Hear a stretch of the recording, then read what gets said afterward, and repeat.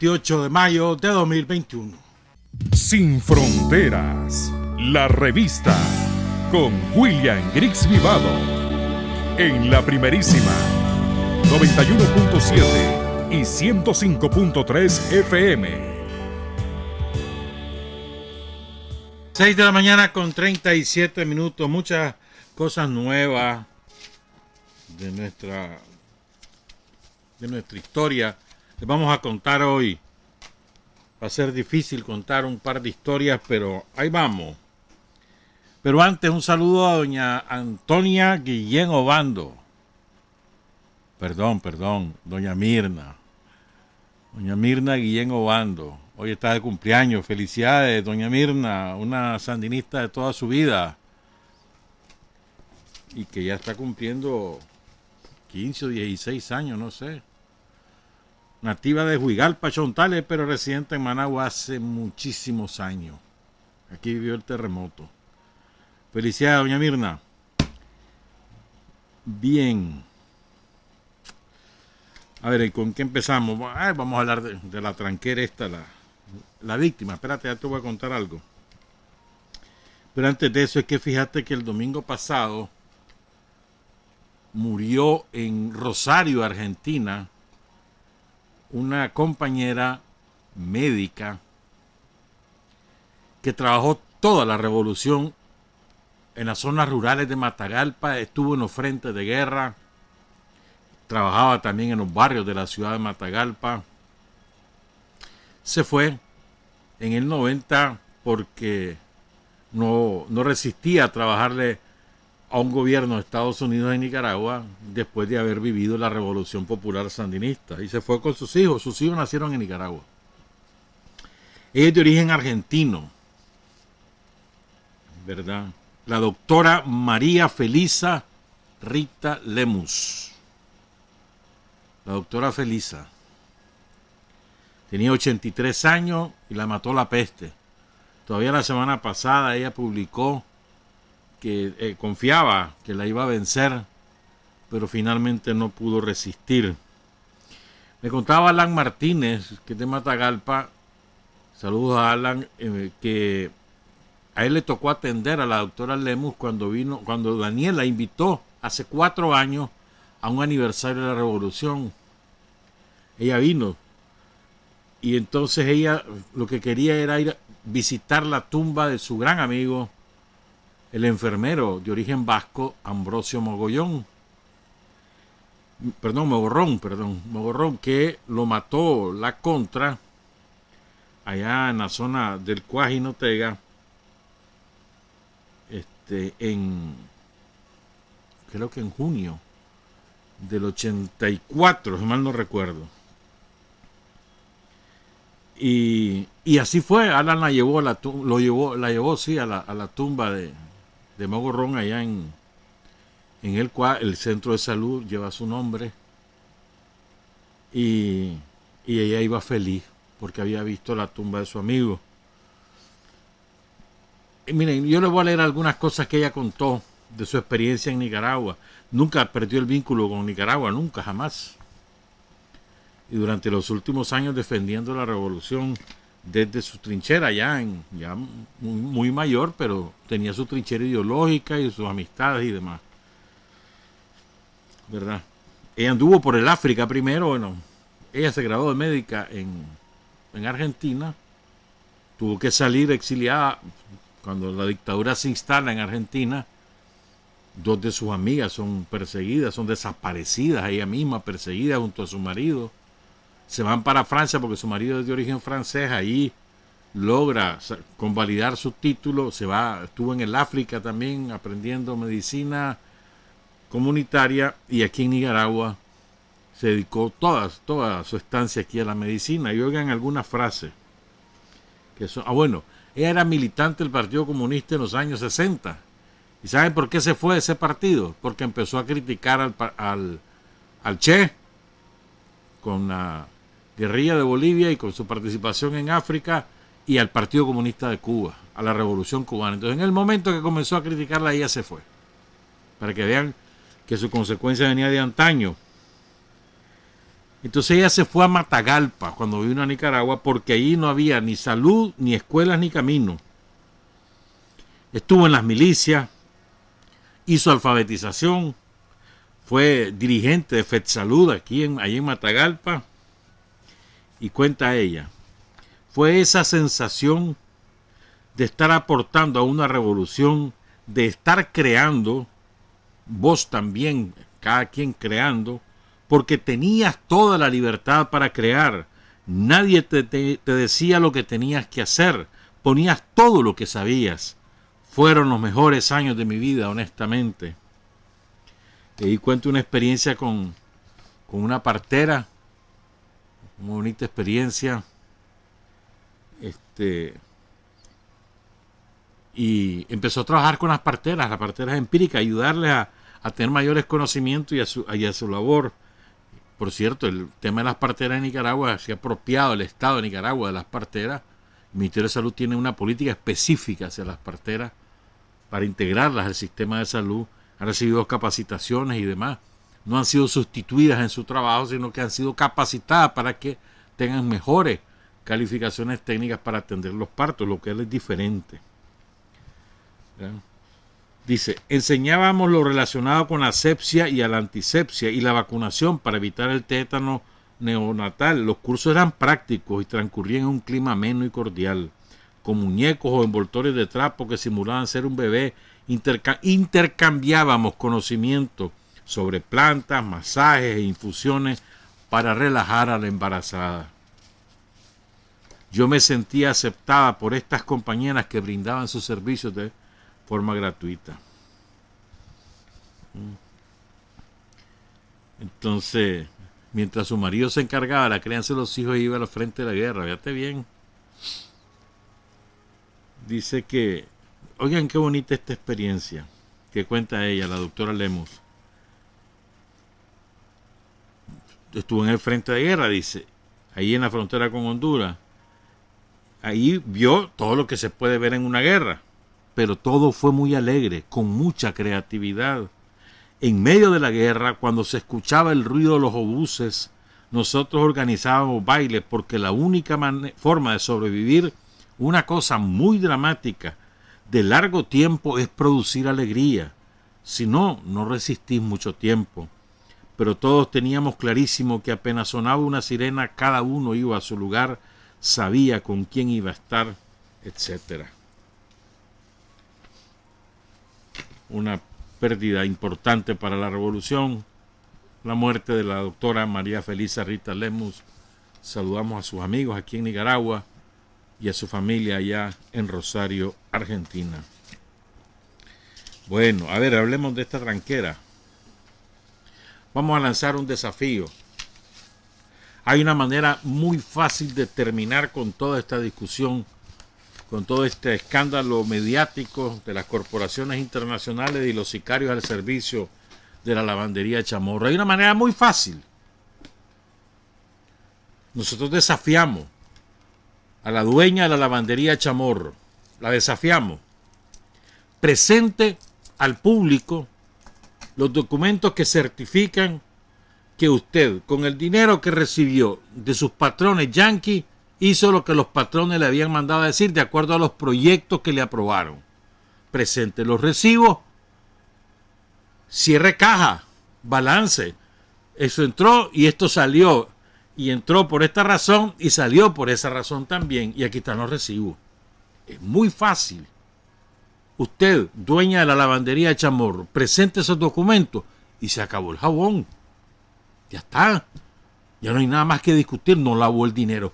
Porque el colmo del cinismo es que la rancia oligarquía así es, mano.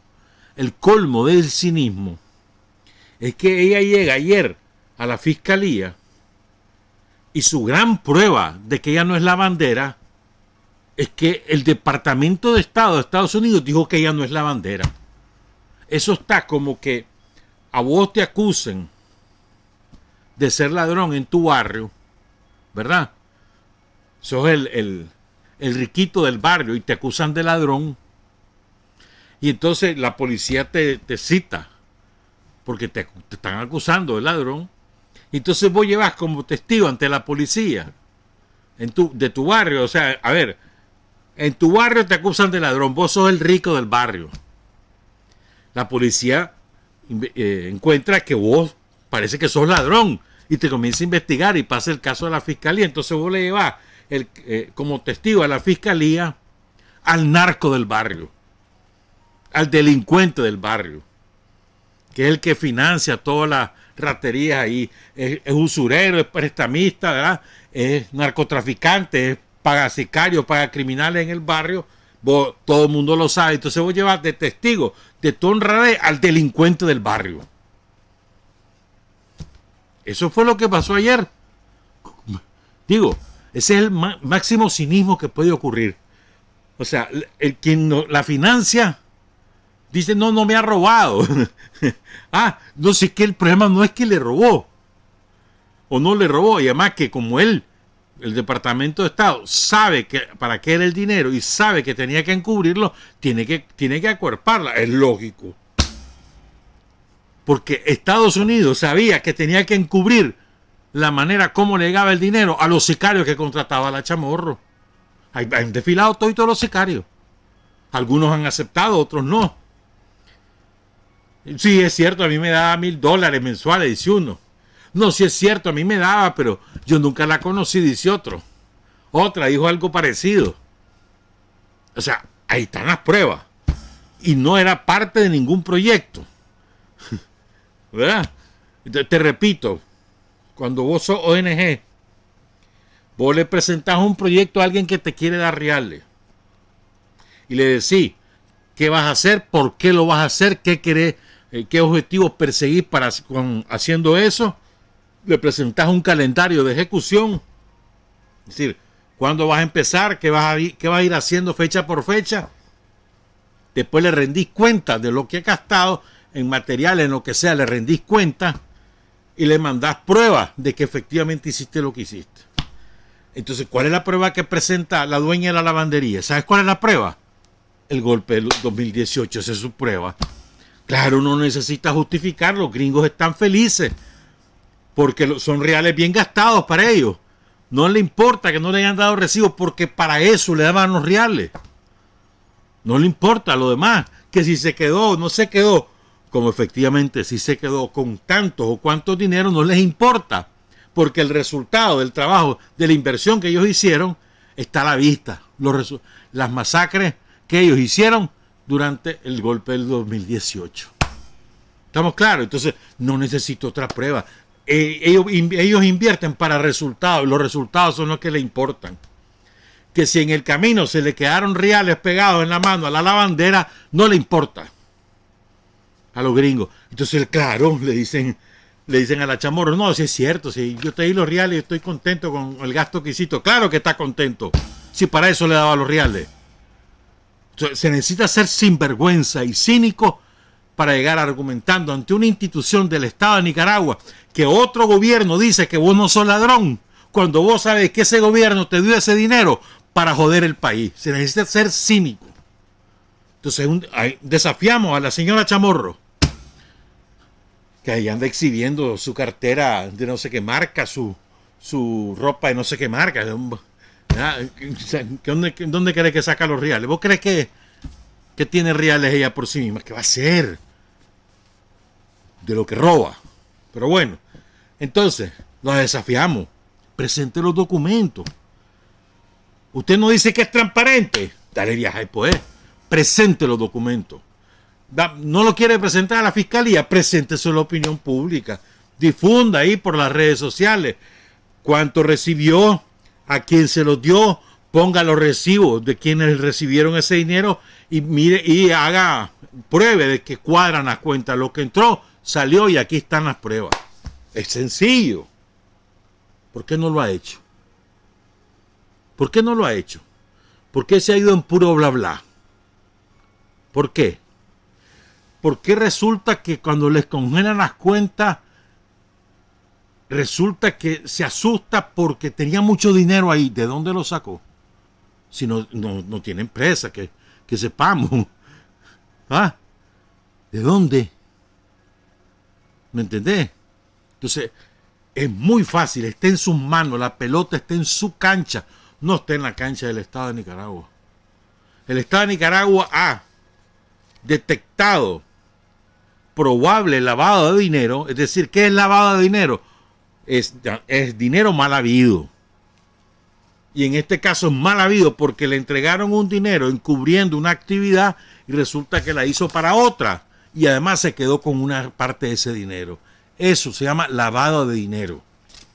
Es como que vos vengas y le das estás en tu casa, tenés un hijo, una hija, y la hija te dice, mira, papá, mira, necesito que me des, porque tengo que pagar en la universidad un montón de libros, ¿verdad? Y además tengo que pagar unos materiales para poder hacer los trabajos. Entonces vos venís y le das los reales, ¿verdad? Entonces, pero después te das cuenta que tu hijo o tu hija, lo que sea, vino y en lugar de comprar los libros, se fue de bacanal. Y en lugar de comprar materiales, se compró, qué sé yo, ropa cara, zapatos caros, y que no compró ni material ni libro. Entonces, ¿cómo se llama eso? ¿Cómo se le llama eso? Eso es lo que hizo la Chamorro. Te quedó con los reales, una parte, no toda. Y no te estoy hablando de centavos, ¿oíste? Millones de dólares que circularon por esa lavandería. ¿Y por qué decimos que es lavandería? Porque una parte le quedó a ella y a sus allegados y otra parte la gastó en algo que no podía gastarlo según las leyes de Nicaragua. ¿Qué me importa a mí que los gringos digan que está bien su rendición? ¿Qué pierdo yo? Que claro, si su rendición de cuentas es de acuerdo al daño que ha hecho en Nicaragua. Más aún, el contador y la administradora, la que era y la anterior, son cómplices de eso y son los que saben. Y alguien me dijo que ya el contador está soltando la lengua. Y ahí viene sorpresa. Ahí vas a ver. Vamos a ver si es cierto, pues. Entonces, por tercera vez lo digo. A la dueña de la lavandería, sáquese este clavo de encima. Presente sus pruebas al público. No quiere presentárselas a la fiscalía, no importa, presénteselas al público. Gane la pelea, pues, en la opinión pública. Preséntela, publíquela. Cuentas claras, transparencia, dale pues. ¿Cuánto apostamos? ¿Cuánto apostamos que nunca lo va a hacer? Porque así son ellos. El ladrón trata de aparentar siempre la mayor honradez posible. Y el terrorista peor. Faltan 5 minutos para las 7 de la mañana. Como vamos a hablar bastante hoy, bueno, siempre hablamos, ¿verdad? Acuérdense que el lunes no hay programa. Porque vamos de asueto, de acuerdo a la resolución del Estado de Nicaragua. Pero es que yo quiero comentar esto porque a mí me parece que a veces nos descuidamos y entonces es mejor recordar en qué circunstancias estamos. Dice, hay un analista mexicano que es muy bueno, muy bueno, muy bueno. Es muy ideológico. Se llama Fernando Abad. Léanlo. Publica, tiene su cuenta en Twitter, tiene su cuenta en Facebook, escribe con frecuencia en Granma, en Cuba Debate y en otros medios revolucionarios. Y entonces el último artículo que se hizo tiene una carga ideológica importante. La quiero compartir. Nosotros lo hemos comentado en otras muchas oportunidades y él lo hace de una manera muy sintética. Dice Fernando Abad, escuchen esto. Es un error enorme suponer que el neoliberalismo es solo una canallada burguesa exclusiva del campo económico financiero. Es un error grave que de existir así en algunas cabezas debe corregirse de inmediato. El neoliberalismo es patéticamente una emboscada ideológica en el sentido de la falsa conciencia que explicó Carlos Marx. una emboscada ideológica desarrollada para disputar e imponer el sentido común de ciertos intereses capitalistas en su fase imperial. Por ejemplo, el neoliberalismo es una máquina trituradora de derechos sociales adquiridos, una demoledora de los principios humanistas solidarios, una picadora de carne humana en los centros laborales, educativos y sanitarios. Es una aplanadora de instituciones y una fenomenal maquinaria de humillaciones, depresiones y desmoralización. Todo eso al servicio de un sector peligrosamente desquiciado por la usura, el individualismo más tóxico y la meritocracia supremacista de los amos en alianza con sus cómplices. Un infierno de corrupción y crimen que debe ser tipificado como etapa histórica de lesa humanidad. Eso es el neoliberalismo. La mezcla explosiva de neoliberalismo, noticias falsas y procesos electorales es una industria de la destrucción social altamente sofisticada. Mira qué interesante, ¿eh? Uno de los instrumentos predilectos para camuflar la perversidad del neoliberalismo han sido los procesos electorales intoxicados por la democracia burguesa. Se han fabricado leyes, instituciones y funcionarios formateados mercenariamente para convertir en legal lo ilegítimo y para venderlo como salto de modernidad, decorado con Chicago Boys and Girls, recurrentemente zopencos, estúpidos, capacitados para artilugios administrativos y bancarios, pero sin mínima dotación de cultura general elemental, inteligencia paupérrima para eficiencia mercanchifle. Le llaman tecnócrata y se enorgullecen que así lo llamen. No pocos son paridos en universidades creadas, exprofeso, creadas para eso. Este patrón funcional al neoliberalismo está adosado, está encubierto con capas generosas de mal gusto de supermercado y todo un inventario de mercancías fetichizadas convertidas en valores éticos, morales y estéticos en la religión del consumismo chatarra para mentalidades chatarra. A todo eso, batido con avaricia y canalladas, le llaman éxito y pretenden que además de financiarlos mansamente, se los envidiemos, se los aplaudamos y lo heredemos a nuestra prole como si fuese un gran tesoro. Quieren que el proletariado se vuelva albacea, cómplice de la policía y verdugo de sí mismo y a distancia. Grandes datos, big data. En suma, que estaba diciendo Fernando Abad, y comparto plenamente lo que él con mucha maestría define. Fundamentalmente el neoliberalismo es una ideología que te reduce tu calidad de ser humano a mercancía y a reproductor de valores ajenos.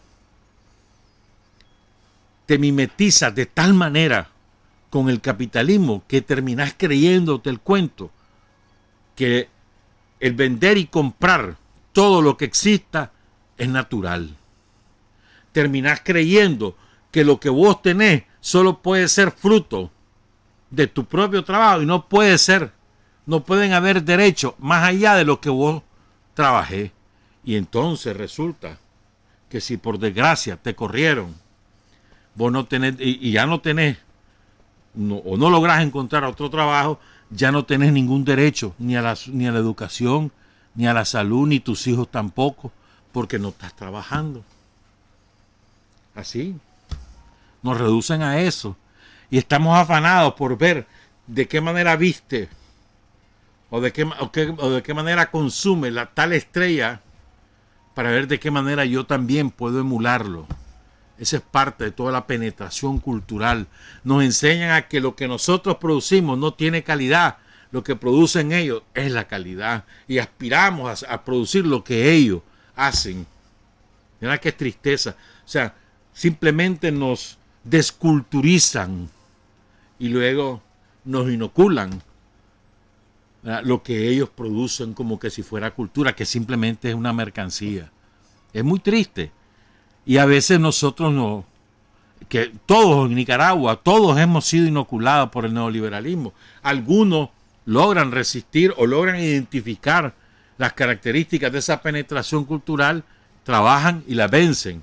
Hay otros que no podemos, que tenemos muchas incapacidades y no lo logramos. Pero es importante, creo yo, que los sandinistas entendamos. El neoliberalismo es mucho más que eso de que corren a los empleados públicos, de que cierran los hospitales, que privatizan la salud y la educación, etcétera. Mucho más que eso. Eso es el resultado de una inoculación ideológica que te enseña, básicamente, que todo lo que existe en el universo, no solamente en el planeta Tierra, en el universo, todo lo que existe es susceptible de ser comprado y vendido, incluyendo tu vida. Te voy a dar un ejemplo. Vos sabés que existe un estudio de ellos, de los capitalistas. Mira que es el extremo. Analizaron el cuerpo humano, identificaron la cantidad de minerales que tiene el cuerpo humano y cuantificaron el cuerpo humano. Y resulta que de acuerdo al cálculo de ellos, el valor del cuerpo humano, sin importar su riqueza o su estatus social o su ideología, no importa, el valor mercantil de un ser humano, ¿sabes cuánto es?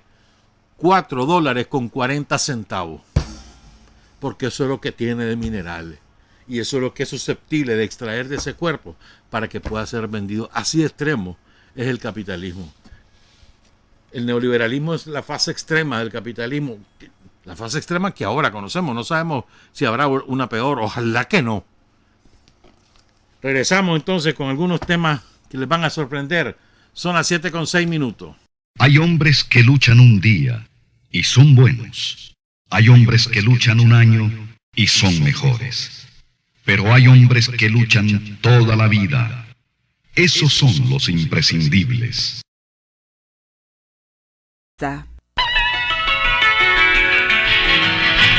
Están escuchando Sin Fronteras. 7:12 AM. Un saludo especial a todas las compañeras y los compañeros que nos ven por Facebook Live, tanto en la página de la primerísima Nicaragua en Facebook, o la página Soy Sandinista también en Facebook, y los que nos ven en diferido o en directo en canales de televisión de Huaco, de Río Blanco y de otros municipios del país. Muchas gracias por su sintonía. A ver, hoy es viernes, ¿no? El miércoles nosotros le pedíamos a nuestros oyentes que si tenían información de Cachupín, un compañero asesinado por la contrarrevolución allá en los años 80, que por favor nos la suministraran, porque un hijo de él que no lo conoció quería saber de la familia de su padre. Bueno, más tardamos en decirlo que en tener toda la información. Muchas gracias.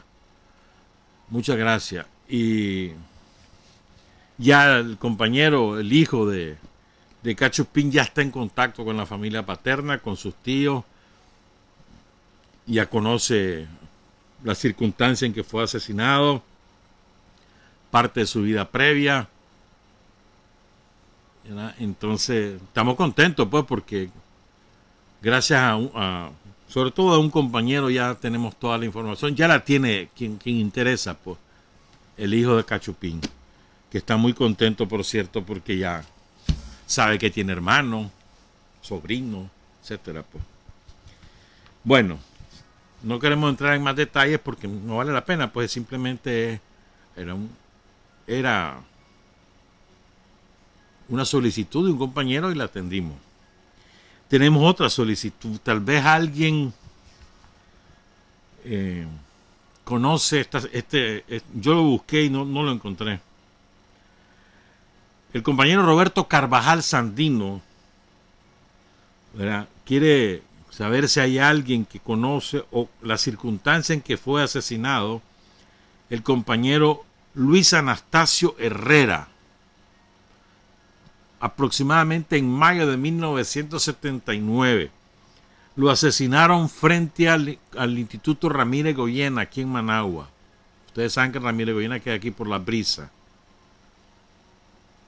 Entonces, si alguien conoce la historia de Luis Anastasio Herrera, originario de San Marcos, Carazo, asesinado frente al Instituto Ramírez Goyena, aproximadamente en mayo de 1979. Si alguien conoce esa historia, por favor, nos escribe al WhatsApp de la radio o al Facebook para poder ofrecer esta información al compañero Roberto Carvajal Sanín y compartirla con ustedes también. Luego el otro caso que les comentábamos es el de las madres asesinadas por la contrarrevolución. Madres de cachorros. Y entonces todavía no tenemos toda la información. La estamos investigando. Sabemos que hubo 3 masacres de madres y familiares de cachorros cuando iban o cuando venían de hacer la visita a sus muchachos. La primera fue en 1986 y fue la más conocida, pero no fue la única. Hubo por lo menos 2 más, incluyendo la de 1988, que es donde asesinan a por lo menos 4. 2 madres, una madre, una abuela, una niña y un señor. Una madre, una abuela, una niña y un compañero. Por lo menos 4 asesinaron ese día. Y entonces fuimos al cementerio oriental. 2 compañeros, Eugenio Orozco y Enrique Mayorga, trabajan aquí en la radio, ambos cachorros, ambos estuvieron en Bli, uno en la región Quinta y el otro en la zona norte. Los 2 fueron, y con su contacto y además con la información que nos ofreció el compañero Cairo de Jesús, entonces pudimos localizar la tumba de la compañera Alma Ruth Rocha Morales, nacida el 11 de enero de 1945. Tenía 43 años cuando fue asesinada por la contrarrevolución en un lugar que le llaman La Pedrera, ahí por Las Pailas, al salir de Río Blanco, a unos 10 kilómetros rumbo a Mulucucú. Es como 50 kilómetros de Mulucucú. En ese camino la contra mató aproximadamente a 18 personas, sobre todo en la parte serpenteada. Y esta masacre fue el sábado 9 de julio de 1988. Como les contamos el otro día, doña Alma había cedido su lugar en el bus que iba desde la 14 de septiembre hasta Mulucucú, se lo cedió a su hermana, que también iba a ver a otro cachorro, porque solo había un cupo disponible, y ella se lo cedió y se fue, buscó en qué irse y se fueron en un camión, y ese camión fue emboscado al regresar de Mulucucú.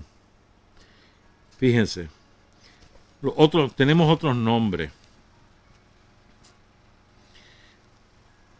Hay una muchachita, una criaturita, mano, qué barbaridad. Vilma del Carmen Cedeño Montiel. Tenía 16 años. Murió en esa emboscada. Están juntas las tumbas. 16 años. Y ahí también está María Elisa López Morales. Ella probablemente era abuela de algún cachorro, porque para el momento en que ocurre esta barbaridad, ella ya tenía 70 años. O casi 70, pues 69. Porque nació el 14 de junio de 1919. María Elisa López Morales. Esa es la tercera víctima. La cuarta víctima hay una cuarta tumba ahí, pero robaron la placa. Y hay una quinta tumba que ahí hay un compañero, pero no pudimos tomar los datos, pues lo vamos a buscar de nuevo. Entonces hay 5 tumbas ahí, por lo menos 5 personas fueron asesinadas por la contrarrevolución el sábado 9 de julio de 1988. Y les doy 2 datos más, o un dato más. El muchacho, el chavalo que estaba en el campamento de Mulucucú, recibe la noticia de que mataron a su madre, pero él no se vino, ni al entierro ni nada. Él vino a ver la tumba un año después. Era hijo único. Hijo único. Más aún, el chavalo de entonces, que ya hoy es un adulto ya, él no le pidió al ejército desmovilizarlo. Se quedó a cumplir su servicio militar en honor a su madre, para combatir a los asesinos de su madre. O sea, mira qué clase, hijo único. ¿Ah? Mira qué clase de convicción. Supera su dolor y lo convierte en convicción para luchar contra los asesinos de su madre. Ahí está el compañero, militante, casado ya. Saludos también a su esposa. Me impresionaba esta historia. Y les tengo 2 historias ahora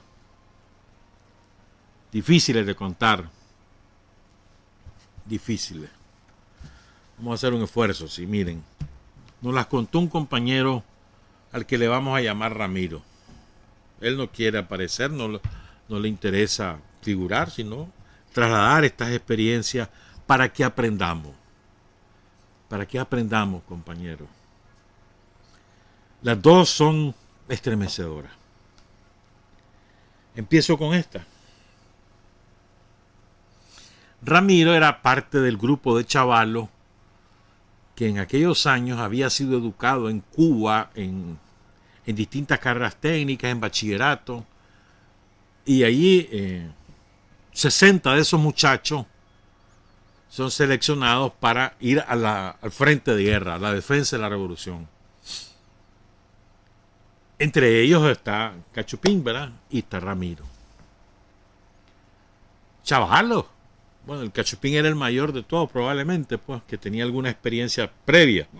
Pero Ramiro y los otros compañeros no. Entonces, bueno, los trasladan a la guerra, pues. Y los incorporan a la seguridad del Estado. A atender territorio, a tratar de prevenir ataques de la contrarrevolución.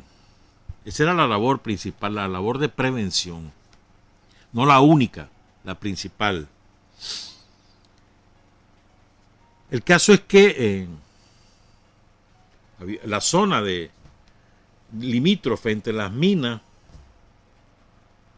y yo no diría Gualala y la Dalia, porque era así de amplia era esa zona. Ahora ya puedes hablar de las minas y Gualala, pero es que antes, a partir de la Dalia, eso era selva con caserío y hacienda, un pésimo camino, lluvia todo el año, los ríos que cortaban los caminos, aquel pedregal horrible.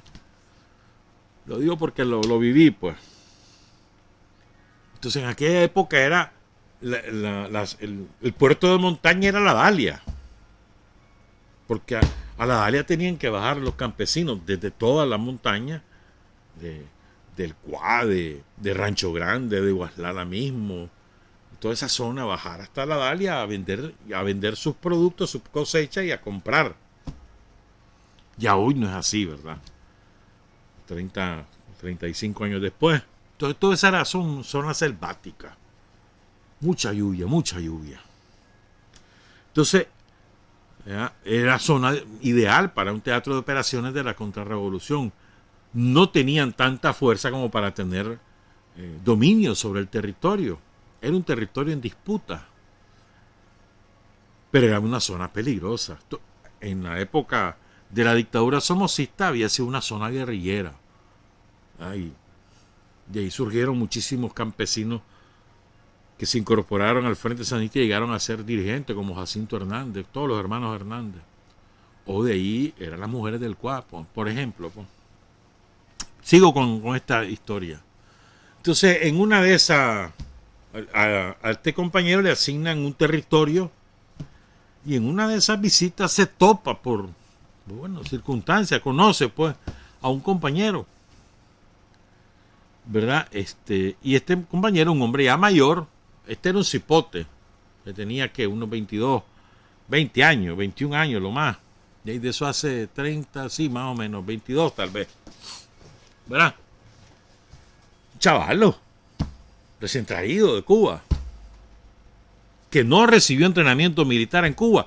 Él fue, estudió, se bachilleró, estudió alguna carrerita técnica y ahí fue reclutado y lo trajeron para la defensa de la revolución. Pero no tenía entrenamiento militar.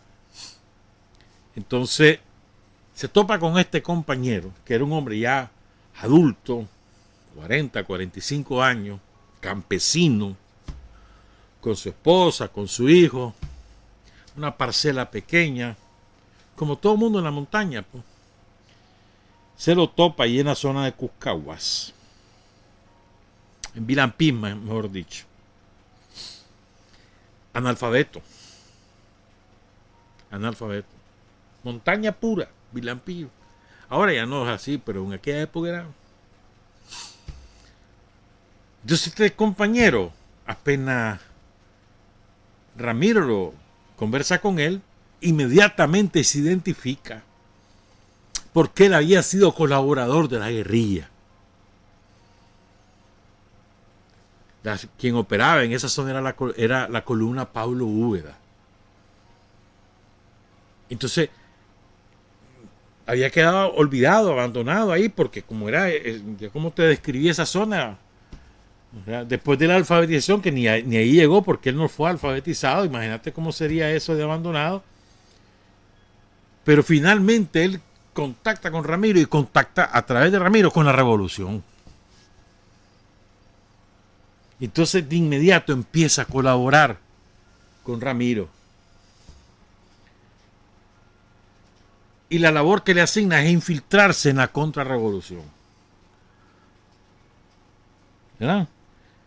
Y entonces se infiltran en una agrupación de la contra que la encabezaba un tal Osvaldo, cuya labor era tener los correos en toda la montaña para tener la información de la operación del ejército, de las fuerzas del gobierno y también la posibilidad de reclutar gente.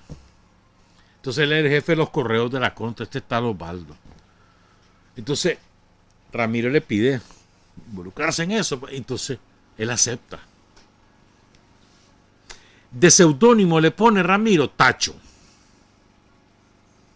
Recuerden, tiene más o menos unos 40, 45 años, tiene un hijo de 15, 17 años y tiene su compañera. Entonces, más o menos en diciembre, algo así, noviembre, diciembre de 1988, más o menos, sí.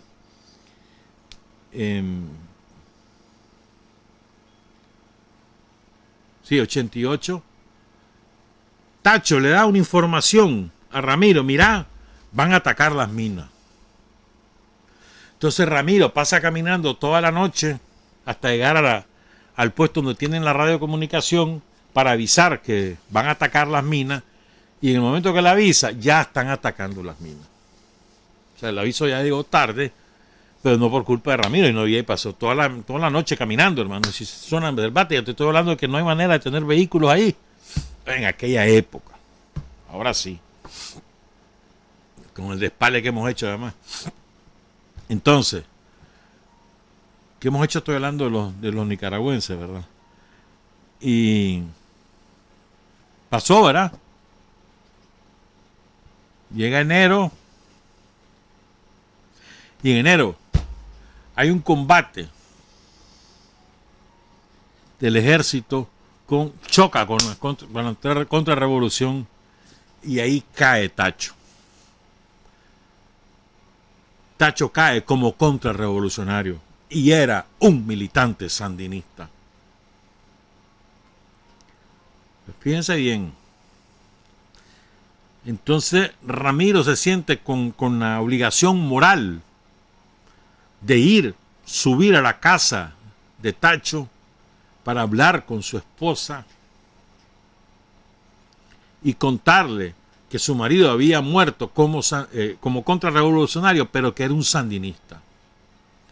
La cita en Cuscahuá, la señora baja de Vilampí y llega a Cuscahuá. Y ahora se viene la lección que vamos a aprender. Entonces llega Ramiro a platicar con la viuda de Tacho y llega acompañada del chavalo,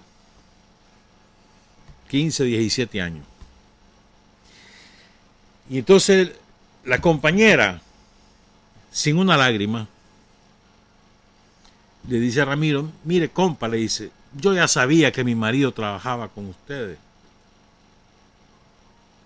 Pero mire, si usted quiere que se continúe el trabajo, porque así lo denominaba ella, el trabajo, aquí le tengo a mi hijo, aquí le entrego a mi hijo para que él siga la labor, el trabajo de mi marido. Fíjate bien. Acaba de perder a su marido. Lleva al chavalo. El chavalo está dispuesto. Sabe que su papá lo mató el ejército. Y sabe que su papá lo mata el ejército popular sandinista, pero que él era sandinista, que andaba infiltrado en la contra. El chavalo y la madre acuerdan que el chavalo siga en la labor, en el trabajo. Y así fue. El chavalo se infiltra también y facilita las cosas, que hijo de un caído de los contras, y sigue el trabajo. 1989. Sigue la vida. Hay otro choque del ejército con la contra y el chavalo también cae. Lo mata el ejército. Entonces se va Ramiro a hablar con la madre y la viuda, y viuda al mismo tiempo. Y entonces, cuando se topan, el dolor de esta mujer era tanto como la pérdida de su hijo y la pérdida de su marido, era tanto por lo siguiente. ¿Saben lo que? Muerta en llanto, ahí sí estaba llorando, muerta en llanto, ella le dice a Ramiro, mire compa, ya no tengo con quién reponérselo para que siga el trabajo. Mira qué clase de convicción.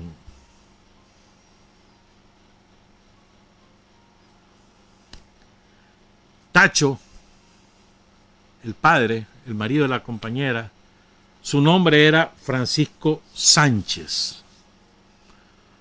Ramiro no recuerda el nombre ni de la viuda ni del chavalo, solo el seudónimo del chavalo, Tachito.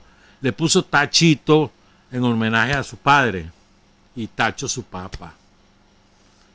Pero Tacho se llamaba Francisco Sánchez. Si alguien en Vilampí o conoció la zona de Vilampí y conoce esta historia, por favor, los nombres de Tachito, los nombres reales y de su viuda, ojalá, no sé si vive, no sabemos si vive, para rendir tributo a esa mujer. Mire, lástima, compa, ya no tengo con quién reponerse. Voy con otra historia, son las 7:34.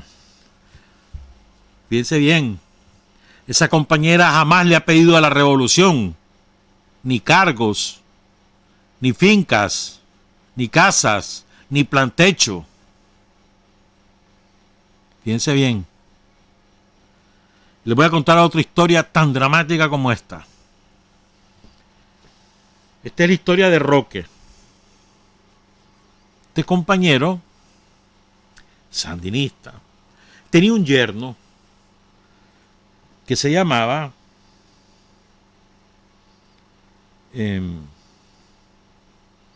Marcos Otero. Este Marcos Otero era un jefe contra. Se metió a la contra.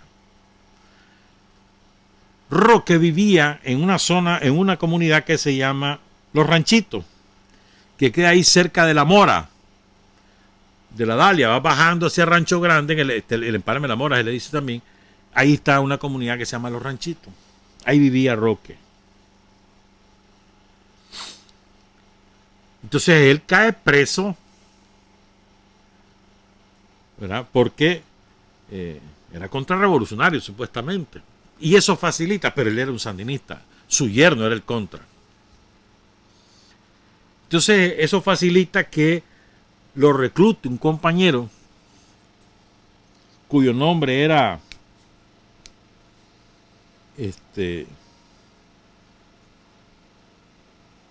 Pablo Martínez. Y entonces Pablo lo recluta, ¿verdad? Y él cae. Pablo cae. Antes de caer en combate, lo mata a la contra.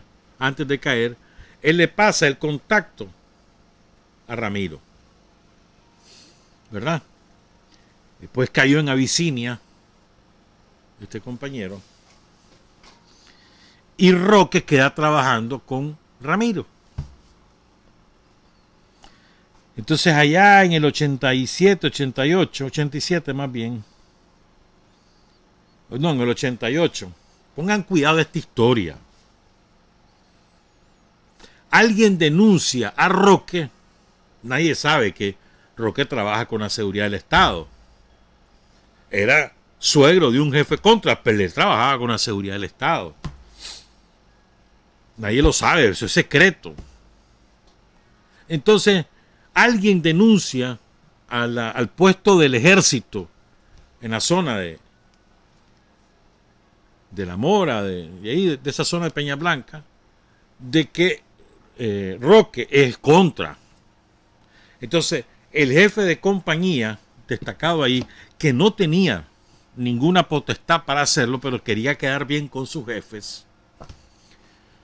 El jefe de compañía del ejército ahí se va a la casa de Roque, ahí en Los Ranchitos, a echarlo preso. Por segunda vez sería. Entonces, cuando lo van a echar preso, se interpone un hijo de Roque para que no se lleven a su papá preso. Y el jefe de compañía del ejército mata al chavalo. 19, 20 años.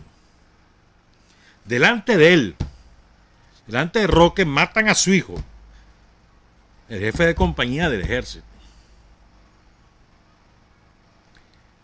Y lo llevan preso. Allá en la isla de Peña Blanca, así se llama la comunidad. Conozco ahí. Entonces, cuando Ramiro se da cuenta, pongan cuidado, cuando Ramiro se da cuenta, se va al ejército y le dice: hermano, si este es mío, este es colaborador, este me ayuda a mí, ¿cómo me van a echar preso? ¿Cómo van a matar a su hijo? Por supuesto, al jefe de compañía lo sancionaron y demás, pues, pero ya el daño estaba hecho, le habían matado al hijo del colaborador, de un sandinista, le habían matado de puro aire. Entonces, al salir de ahí en la isla de Peña Blanca, Roque se desploma y queda abrazado a Ramiro, que es un chavalo, y dice a llorar: me mataron a mi hijo. Y por supuesto ya no podía trabajar como informante, porque ya estaba requete quemado. Al haberlo sacado Ramiro, pues ya no queda con posibilidades. ¿Vos crees que Roque se pasó a la contra? Jamás. Jamás. Roque no se pasó a la contra. Siguió siendo sandinista. Murió como sandinista hace como 2 años. Ahí está su viuda aún. Les cuento esta historia. Jamás pidió nada, ¿viste? Ganó Daniel en el 2006, ya volvió al poder en el 2007, y Roque jamás fue a pedirle nada a la revolución. Siguió trabajando en su finquita, ya bastante mayor, hijos, nietos y demás. Su nombre era Julio Pineda.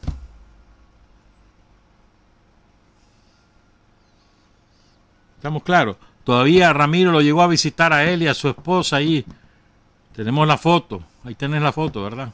Ese era el compañero. Murió hace un par de años y esa es una foto de la visita de 2016, 2017. Antes del golpe. Parece mentira, hace 3 años fue el golpe. Bueno. Ahora fíjense, la última cosa sobre esto, porque me falta contar cosas. Vos sabés que una de las misiones que tenían los compañeros que atendían la red de informantes y de colaboradores, una de las misiones era dar orientación política a los contactos, porque en general eran familias que tal vez no tenían información de lo que estaba ocurriendo, y el compañero de la seguridad que atendía esa tarea, pues si disponía de esa información porque tenían regularmente reuniones con, en este caso en Matagalpa o en la Dalia, donde fuera que llegaban los jefes a informar pues cómo estaba la situación, etcétera. Pues entonces el compañero que atendía un sector pues también daba orientación política. Entonces dice Ramiro que cuando él iba a ver a Tacho, el caso anterior que les conté, cuando él iba a ver a Tacho, en virtud de que él le diera la explicación, más bien Tacho se la daba. Tenía tal fortaleza ideológica Tacho, que resistió estar metido como correo de la contra, no doblegarse, formar a su familia en la convicción sandinista, oír toda la barbaridad, ser testigo incluso de crímenes que cometía la contra y aguantarse. ¿Qué clase de convicción? Analfabeto. Y él era el que daba más bien la charla ideológica al compañero, más bien él es el que le enseñaba. Esto es así, esto es así, nosotros nos explicaban tal cosa cuando andábamos en la montaña, no sé qué, no sé cuánto. Su viuda jamás pidió ni cargo, ni casa, ni finca. Tampoco lo hizo Roque, Julio Pineda. Nunca. Estas son las historias que inspiran la lucha del Frente Sandinista de la Revolución. Aquí en las ciudades creemos que todo lo hemos recibido porque nos lo merecemos. No. No es así. Y todos esos que andan reclamando que yo quiero ser tal cosa, que a mí no me han dado tal cosa, que yo que tengo tantos años no soy tal cosa, y otro que solo tiene 2 años ya es tal cosa.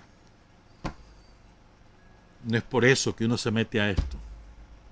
Te metes por convicción y para contribuir granito de arena. Somos hormiguitas de Sandino, discípulos de Carlos Fonseca y soldados de Daniel.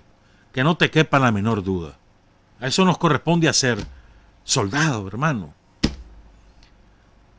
Ya quieres ser general solo porque hace 40 años o hace 45 años hiciste no sé qué cosa. Decís que tenés medalla y sos héroe. Te di estos ejemplos. Tacho, Tachito y Roque. Agarra esos ejemplos. 7 y 44. Bueno, tengo pendiente contarles la historia de un asesino, ¿verdad? Y de sus víctimas. Pero antes de contar, como no hay tiempo para contárselas completas, sí les quiero contar un par de casos más que no tienen nada que ver con lo que acabo de contar. Pero el comportamiento criminal de la guardia, como era, hermano. Te lo quiero contar. Espérame que voy a buscar donde lo tengo apuntado, porque yo soy un desastre. Ajá, aquí está uno de los casos. Fíjate bien, en 1964, a ver, 64 creo que fue esto. ¿Verdad? Espérame, voy a confirmar el año. Sí, en 1964 se presentó ante la guardia un compañero, un vecino, ¿verdad? Y se llamaba José Eduviges Gaitán Escobar. José Eduviges Gaitán Escobar, originario de Nindirí. Resulta que su hijo se fue a trabajar, gente pobre, pues. Entonces su hijo llegó a parar a Chinandega. Su hijo Leonardo Flores Gaitán trabajaba de mecánico ahí en Chinandega y encontró trabajo. En aquellos años, 1964, Chinandega era una fuente de empleo formidable por el algodón. Entonces ahí se contrataban no solamente obreros, sino para las desmotadoras y todos los servicios que había que ofrecer pues, a las empresas o a las haciendas de la época, todas en poder de somocistas o de prosomocistas. Entonces ahí llegó a parar este muchacho, Leonardo Flores Gaitán, hijo de José Eduviges Gaitán Escobar. Entonces dice que el dueño del taller, que se llamaba Jesús Maravilla Almendares, fue a buscar a su empleado, pues, y llegó a la guardia y cuenta lo siguiente. Resulta que llega la guardia al taller y sin razón alguna saca al chavalo y se lo lleva preso. Sin decir agua va ni agua viene. Estaba ahí don Jesús Maravilla cuando llegó la guardia y se lo llevan. Entonces, el 8 días después se va al comando. Pues mire, ¿y qué pasó con Leonardo? ¿Por qué lo tienen preso? Démenlo. No, le dice. Ese se quiso fugar y allá lo tuvimos que matar.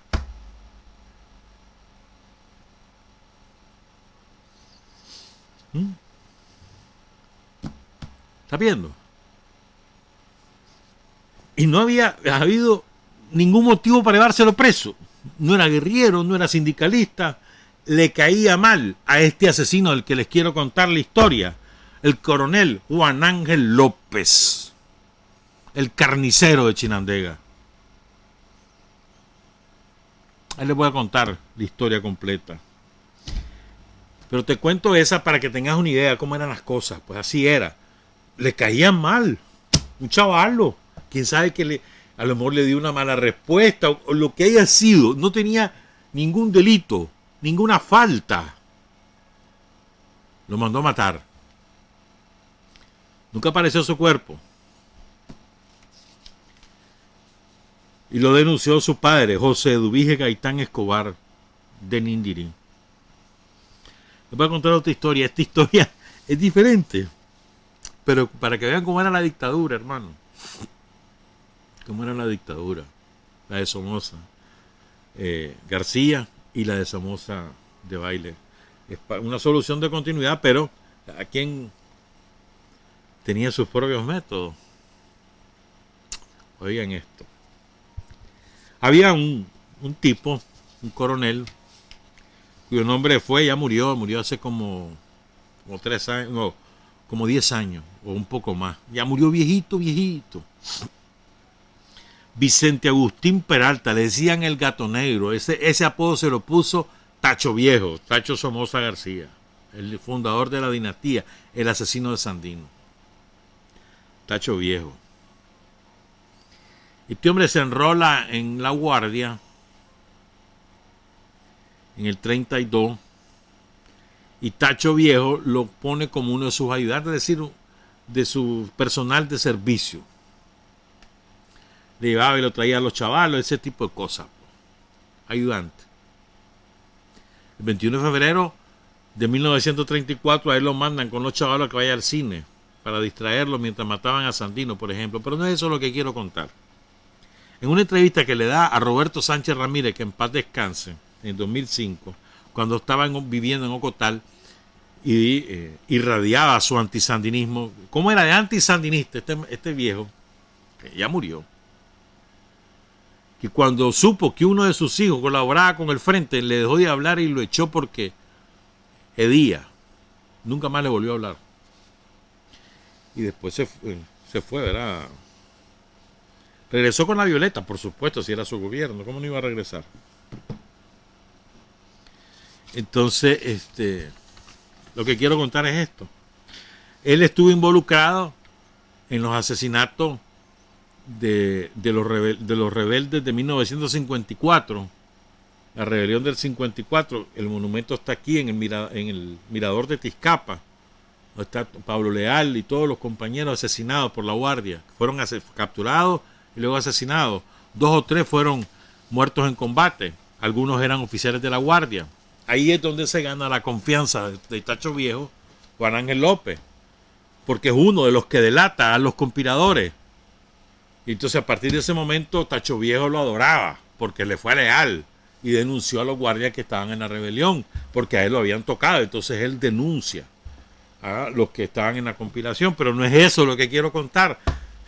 Les estoy diciendo el tamaño de la cercanía con Tacho Viejo de este hombre que era el coronel Peralta, Víctor Agustín Peralta Ruiz, el Gato Negro. Les estoy diciendo eso para que entiendan lo que voy a contar ahora. Él culpaba, bueno, entonces a Peralta se le acusa de haber sido el asesino de todos estos compañeros de la rebelión del 54, de 1954. Otro día podemos contar eso. Y entonces, pero él dice que le echaron ese muerto sin él haber sido el responsable. Y le cuenta a Roberto Sánchez Ramírez que Tacho Hijo falsifica la firma de su papa para que él entregue a los prisioneros después de la rebelión, del fracaso de la rebelión, para que él los entregue precisamente al asesino Juan Ángel López y a José Rodríguez Somoza, el hijo de Tacho Viejo, con una señora que nunca reconoció, pero bueno, lo puso a trabajar. El famoso Papaché le decían. Entonces, se los entrega y los matan, pues. Entonces, él vivía resentido con eso, por esa razón y por lo que les voy a contar. Entonces, después él lo retiran, pues, en el 60, ya con el grado de coronel. Se dedica a su negocio, a su finca. Tenía un hijo que lo manda a estudiar, que lo hace guardia y lo manda a estudiar nada menos y nada más que a West Point. ¿Estamos claros? Y ahí se gradúa en West Point. Se llamaba Leonel Peralta. Se gradúa con honores. Perdón. No es West Point. No, espérate, me equivoqué. No es en West Point donde se gradúa. Se gradúa en la Academia Militar de Saint-Cyr, en Francia, equivalente a la West Point de Estados Unidos. Él se gradúa en Saint-Cyr, San Siro, en Francia, la equivalente a la West Point de Estados Unidos. Me había equivocado. Pero parece algo pasó que él, al regresar a Nicaragua, se gradúa con honores, él pide su baja. Algo ocurrió que no se sabe. Pero después él era un muchacho muy popular. Entonces una vez se encuentra con 2 de sus compañeros, ex compañeros de la Guardia. Se encuentran en el Múnich, donde capturaron a los hermanos Tejada un año antes, en el 67. Entonces el 20 de noviembre del 68 se los topa ahí, en el Múnich, a este grupo de ex oficiales de la Guardia que habían sido sus compañeros. Uno de ellos llamado Guillermo Noguera y el otro Antonio Villalta. Y no se sabe cómo, hermano. Lo matan en el Múnich. Le pegan un tiro en la cabeza. No en la 100, aquí atrás. Guillermo Noguera, que estaba emparentado con Somoza, y Antonio Villalta. El muchacho, que ya no era guardia, cae desplomado sobre la mesa. Hay una mesera que es testigo de eso.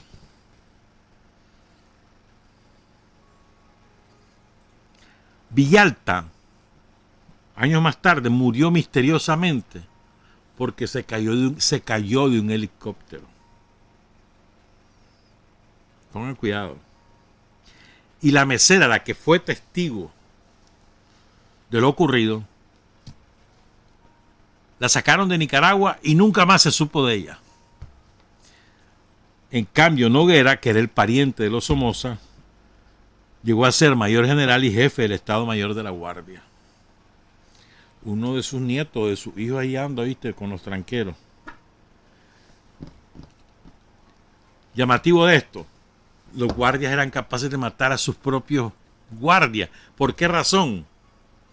Estos dos, sobre todo Villalta, era hombre de Tachito, de Tacho Somoza de Baile, que estaba enemistado con Peralta, con el viejo Peralta, por el caso de 1954. Y Peralta había reclamado que por qué le echaban la culpa a él si él había sido el responsable, y se lo reclamó al viejo antes de que lo mataran en el 56. Entonces, cuando lo matan en el 56 al viejo, queda Luis Somoza y queda su hermano Tacho en la guardia, y Peralta pasa, digamos, a la casual, pues, y por eso es que se jubila rápido en el 60. Entonces quedan de enemigos. Entonces Villalta era un hombre de Tachito, y él es el que mata a su hijo. Ya bien. Así era la guardia, así son ellos, así es el somocismo. Ese somocismo, el chamorro somocismo, ese mismo, el que de la lavandería, igualito. Todos son iguales, todos son zorros del mismo piñal. Trabajar, avanzar, combatir, vencer, patria y libertad. Revolución es sentido del momento histórico. Es cambiar todo lo que debe ser cambiado. Es igualdad y libertad plenas. Es ser tratado y tratar a los demás como seres humanos. Es emanciparnos por nosotros mismos y con nuestros propios esfuerzos. Es desafiar poderosas fuerzas dominantes dentro y fuera del ámbito social y nacional. Es defender valores en los que se cree, al precio de cualquier sacrificio. Es modestia, desinterés, altruismo, solidaridad y heroísmo. Es no mentir jamás ni violar principios éticos. Es convicción profunda de que no existe fuerza en el mundo capaz de aplastar la fuerza de la verdad y las ideas. Revolución es unidad, es independencia, es luchar por nuestro sueño de justicia para Cuba y para el mundo, que es la base de nuestro patriotismo, nuestro socialismo y nuestro internacionalismo.